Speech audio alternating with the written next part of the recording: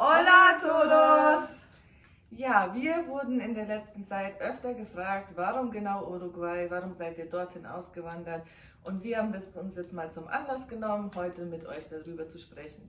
Wir werden euch erstmal einen kurzen Überblick geben, wie wir das Ganze überhaupt so angegangen sind, unsere neue Heimat zu finden. Und dann natürlich werden wir auch noch mit euch unsere Prioritäten teilen, was uns so am wichtigsten war. Genau. Ja, als für uns feststand, dass wir auswandern wollen, war natürlich erstmal echt die große Frage, wo wollen wir eigentlich überhaupt hin? Wir sind dann wirklich so vorgegangen, dass wir Schritt für Schritt eigentlich jeden Kontinent begutachtet haben, darüber gesprochen haben und so relativ schnell auch nacheinander die Kontinente ausgeschlossen haben. Für uns war von Anfang an klar, wir wollen raus aus Europa, damit war das für uns keine Option, in ein anderes europäisches Land zu ziehen. Asien und Afrika zum Beispiel war für uns einfach die Hürde zu groß aufgrund der Sprachen, die ja sehr, sehr schwierig sind und aber auch einfach der Kultur, die ganz anders ist, als wir es kennen. Wir wollten ein Land haben, in dem wir uns relativ gut und einfach auch integrieren können und da war jetzt einfach Asien und Afrika irgendwie zu krass für uns. Nordamerika und auch Australien war einfach nichts, was uns jetzt irgendwie angesprochen hat. Und damit waren wir dann eigentlich auch ziemlich schnell bei der Entscheidung, wir werden nach Mittel- oder Südamerika gehen. Dann haben wir uns wirklich eigentlich alle Länder, die es in Mittel- und Südamerika gibt, irgendwie angeschaut. Wir haben uns ganz viel Informationen durchgelesen, ganz viel recherchiert. Wir haben viele Videos über die Länder angeschaut und haben im Endeffekt halt für uns alle Länder verglichen anhand der Kriterien, die für uns halt am wichtigsten waren. Und welche Kriterien das sind, darüber sprechen wir jetzt. Genau, starten wir mal mit der Priorität Nummer 1. Das war für uns, es darf keine Insel sein.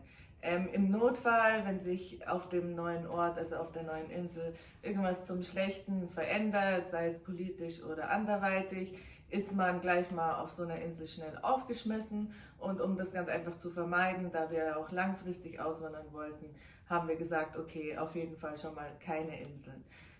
Punkt 2, der uns sehr wichtig war, ist angenehmes Klima. Das heißt generell am Tag nicht zu heiß, dass man gar nichts machen kann und aber auch keinen Winter oder wenigstens halt einen sehr, sehr milden Winter. Was da auch mit reinspielt, was uns sehr wichtig war, natürlich Sonnenschein. Wir haben geschaut, welche Länder haben wie viele Sonnenstunden durchschnittlich am Tag und da war Uruguay sehr, sehr gut. Und auch natürlich, es gibt hier Meer. Ja, das ist natürlich auch ein sehr, sehr wichtiger Punkt für uns gewesen. Wir wollten gerne am Meer leben. Ja, dann dritter Punkt, Naturkatastrophen. Es gibt ja in sehr, sehr vielen Ländern viele und regelmäßig Naturkatastrophen wie Erdbeben, Tornados etc. Und das wollten wir einfach auf gar keinen Fall haben. Wir wollten nicht in ein Land gehen, wo wir da sehr gefährdet für sind.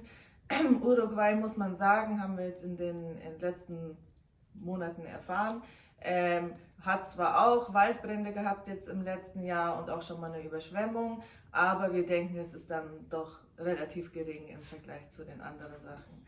Genau, und auch mega wichtig für uns natürlich Punkt 4, Aufenthaltsgenehmigung.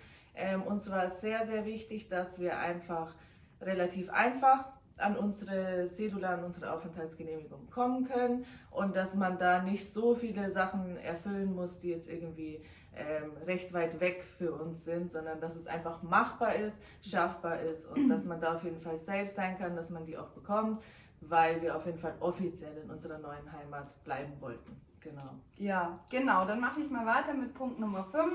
Für uns auch ein sehr, sehr wichtiges Kriterium, wie ist die politische Lage. Wir wollten natürlich in kein Land gehen, was politisch irgendwie instabil ist, wo es Unruhen gibt.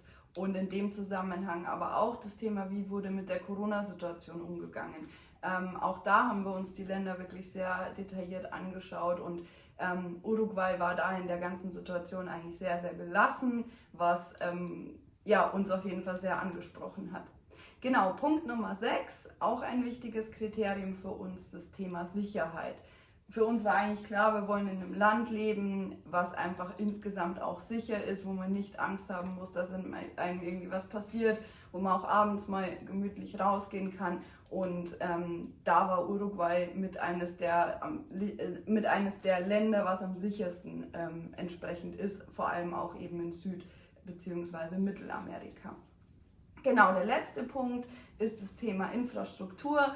Man ist da in Deutschland ja sehr, sehr verwöhnt, was das Thema Infrastruktur anbelangt, und irgendwie wollten wir es halt auch nicht missen in dem neuen Land, wo wir hingehen.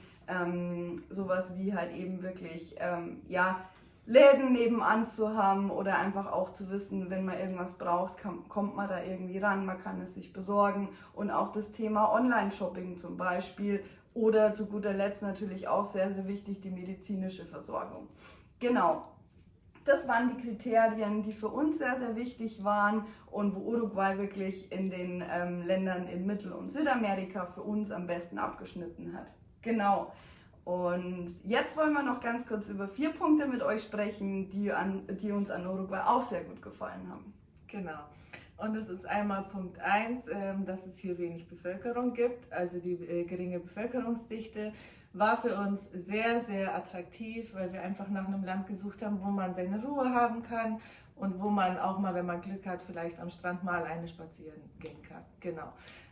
Punkt 2, wo Uruguay auch super vorne dran ist, sie sind sehr nachhaltig, 99% ungefähr des Stroms, der Energie, die verbraucht wird, wird auch selber produziert. Das heißt, es handelt sich um Ökostrom, der fast ausschließlich über Wind- und Wasserkraft produziert wird.